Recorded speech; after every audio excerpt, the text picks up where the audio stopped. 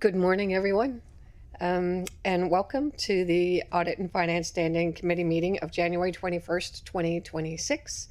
We'll do our call to order and land acknowledgement that the Halifax Regional Municipality is located in Mi'kma'ki, the ancestral and the traditional lands of the Mi'kmaq people. And the municipality acknowledges the peace and friendship treaties signed in this territory and recognizes that we are all treaty people. We'll move on to the approval of the minutes of December 10th. Councillor Morse, seconded by Councillor St. Amand. All those in favor, please signify by saying aye or raising your hand. Opposed, nay. The motion is carried. Thank you. Approval of the order of business and approval of additions and deletions. Madam Clerk, do we have any additions or deletions? No additions or deletions have been received by the clerk's office. Thank you very much. My apologies, I neglected introductions. Dorothy Mantonga is our clerk. Jerry Blackwood. No, I was looking at the Executive Director of Finance and Asset Management, our Chief Financial Officer, and John Traves, Senior Legal Counsel. Business arising out of the minutes, there are none. Oh, wait, no. I didn't approve the order of business. Councillor Gillis, thank you. Councillor St. Amand for the second. All those in favor, please signify by saying aye or raising your hand. Opposed, nay. The motion is carried. Thank you.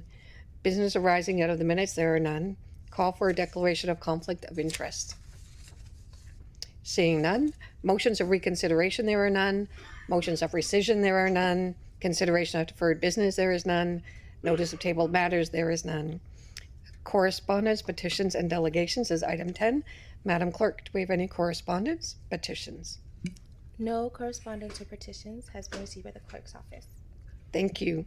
Presentations, we have none. So we now move on to public participation. As of 4:30 on Tuesday, January 20th, 2026, there were no registered speakers for the meeting, but we will ask 3 times. Is there anyone from the gallery that would wish to speak? For the second time, is there anyone from the gallery that would wish to speak? For the third and final time, is there anyone from the gallery that wishes to speak? Seeing none, we'll move on. Information items brought forward, there are none. We move to reports, and the 13.1 reports, it says 13.1.1 investment activities in the quarter ending September 30th, 2025. Now, we do not have a presentation for this report, but we do have some staff present. We have Vicki Robertson, Director of Revenue, will be available to answer any questions, and Erin McLean, Deputy Treasurer. Members of Council. Vice Chair St. Amand, thank you. Thank you, Madam Chair. I just had a clarifying question. Councillor St. Amand, would you like to put the motion on? Oh, yes, certainly. Thank you. I will move that the Audit and Finance Standing Committee recommend Halifax Regional Council to increase the approved 2025-26 capital budget, project number CB210021. Nope. Excuse me, Councillor St. Amand, you're just ahead of us by 1. Sorry. 13.1.1. I will move that the Audit and Finance Standing Committee forward the staff report dated December 18th, 2025 to Halifax Regional Council as an information item. Seconded by Councillor Gillis. Thank you, St. Amand.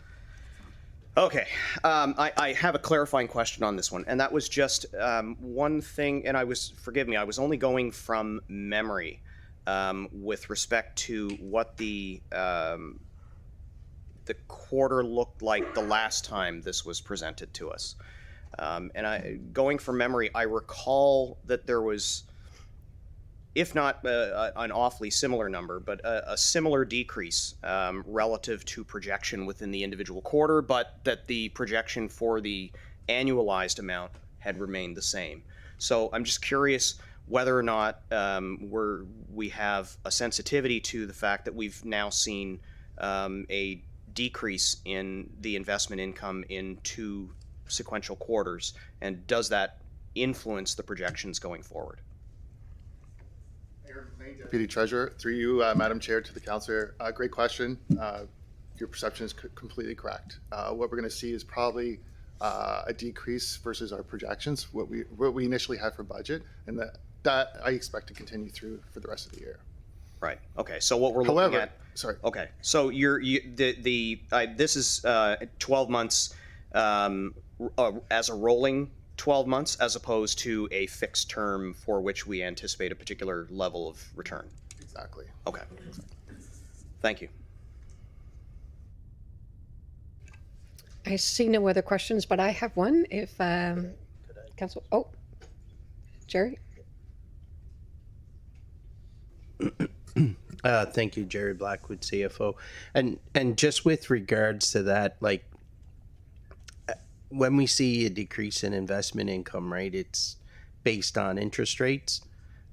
On the other side of that, we would get more favorable borrowing rates on debt. So you'll see a smaller change in debt servicing costs. That's probably not as noticeable in the grand scheme of things of our total debt servicing costs as compared to our investment portfolio. They stand out a little bit more. And also with decreased borrowing costs, we often see a bit of an uptick in our D-transfer tax as well, right, as more people enter the market there. So it's kind of like, it kind of balances itself out, but the investment side of things, it stands out a lot more because it's like a smaller line in our financial statements as opposed to total overall all debt.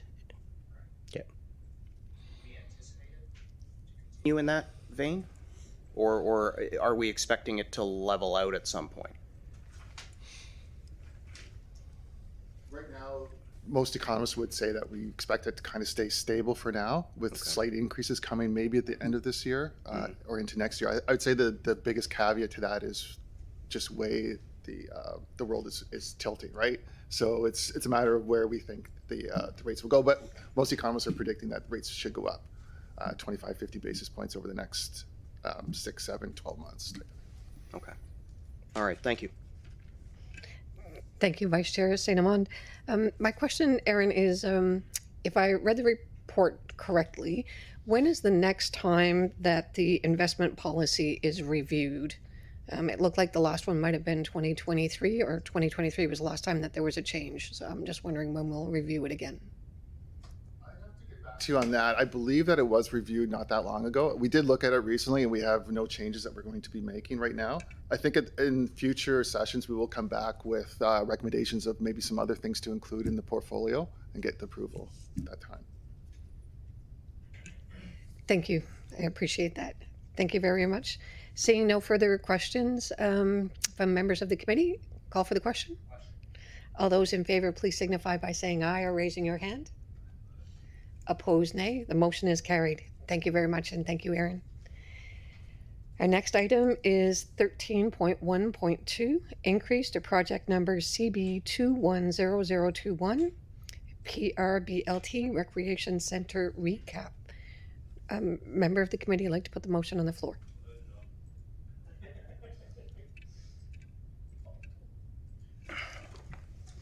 All right. I'll read the right one this time.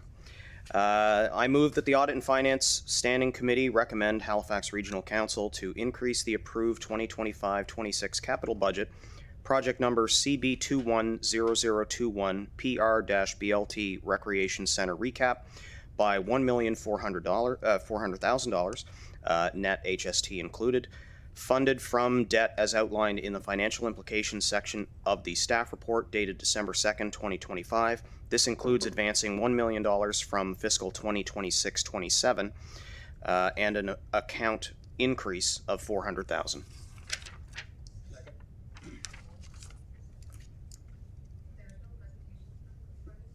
Item, but we do have Philip, Director of Facility Design and Construction here, and Darren Young. Are there any questions, members of the committee?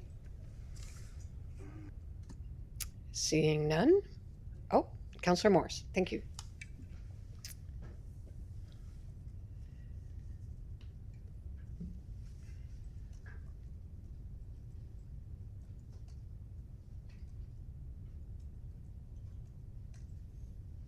Good morning. Welcome, Philip. I just had a question about the change orders. Seemed that was part of the expense, so I wondered if you could give us a bit more detail on why those change orders were required. Good morning. Philip Ganzik, Director of Facility Design and Construction. Thank you for the question. Through you, Madam Chair, to the Councillor. As with many projects, we have multiple change orders on this project. The ones specific to this request would include a new electrical room that was necessitated by larger than anticipated panels that required more space. We needed to adjust the solar panels and the solar array on the roof in an attempt to maximize the number of panels that we could put on the roof. They didn't leave enough space for maintenance to access the panels, so they had to reshift them and realign them. It was a significant cost there. There was a gutter system connection to the roof drain that required a redesign as a result of some changes, as well as design or sizing of the pipes. In addition to that, that required some framing changes that resulted from some glazing changes we had to do because of supply chain issues. A number of electrical changes, which is typical for a project like this. We installed smoke dampers for mitigation of damage from fire, and there are some pending other change requests. Is this a typical number of change requests for a project like this? Quite typical. So Really? this request, if approved, would bring us to about 5% of the approved budget for the project. And our typical contingency across projects like this, or I should say average, is about 6%. Okay. And it's a $23 million building, and it looks like HRM is paying 2.6 of the cost. Is that right? Or could you clarify what HRM's cost is? Maybe it's 3.6. Sorry, 2.6% of the original. No, sorry. What is the cost to HRM of the building? Originally, it was refunded through the Investing in Canada infrastructure program to the tune of $9.9 million across 3 levels of government. So the ISIP program covered that, but anything in addition to that was covered by HRM. So approximately 13 million plus whatever their component of the 9.9 was.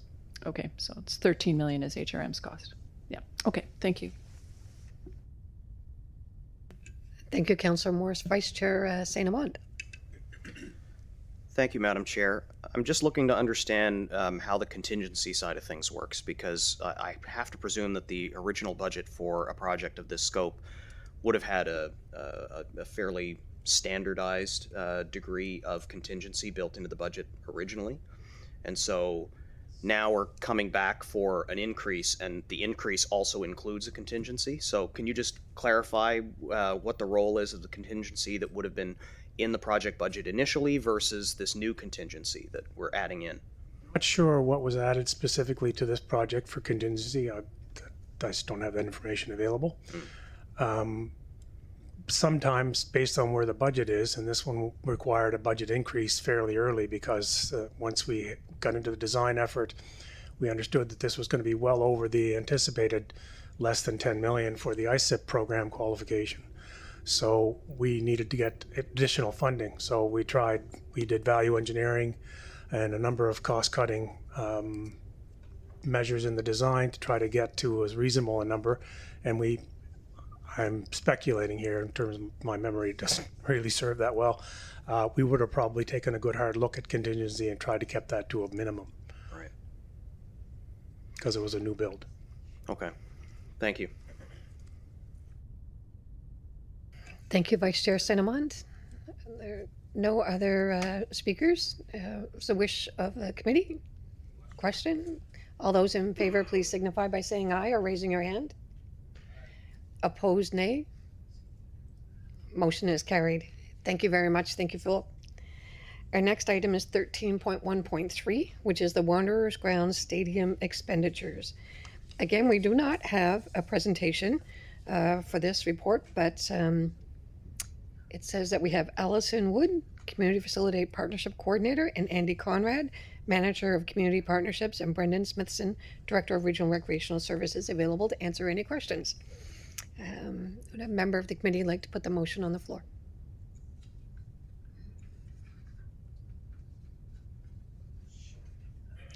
Councillor Cleary, thank you.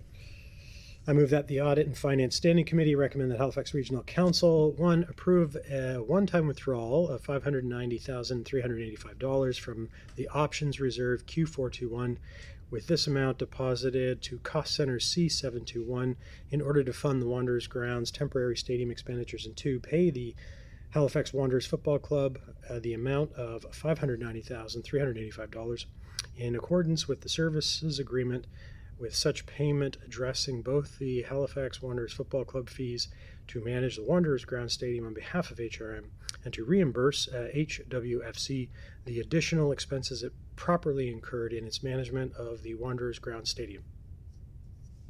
Second. Councillor Gillis is second. Councillor Cleary.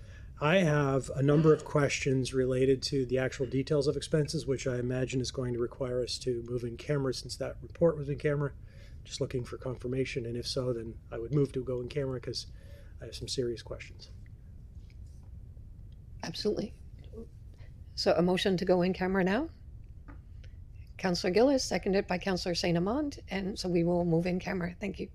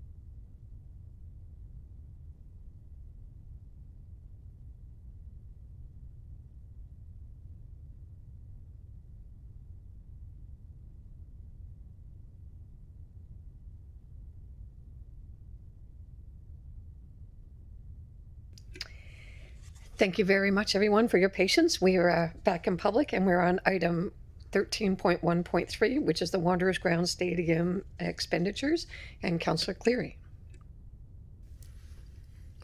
Thank you, Madam Chair. So I would like to move that we defer item 13.1.3 pending a supplementary report answering the questions and based on the discussion that we had in camera. Seconded by Councillor Vice Chair St. Amand. Any questions on the deferral?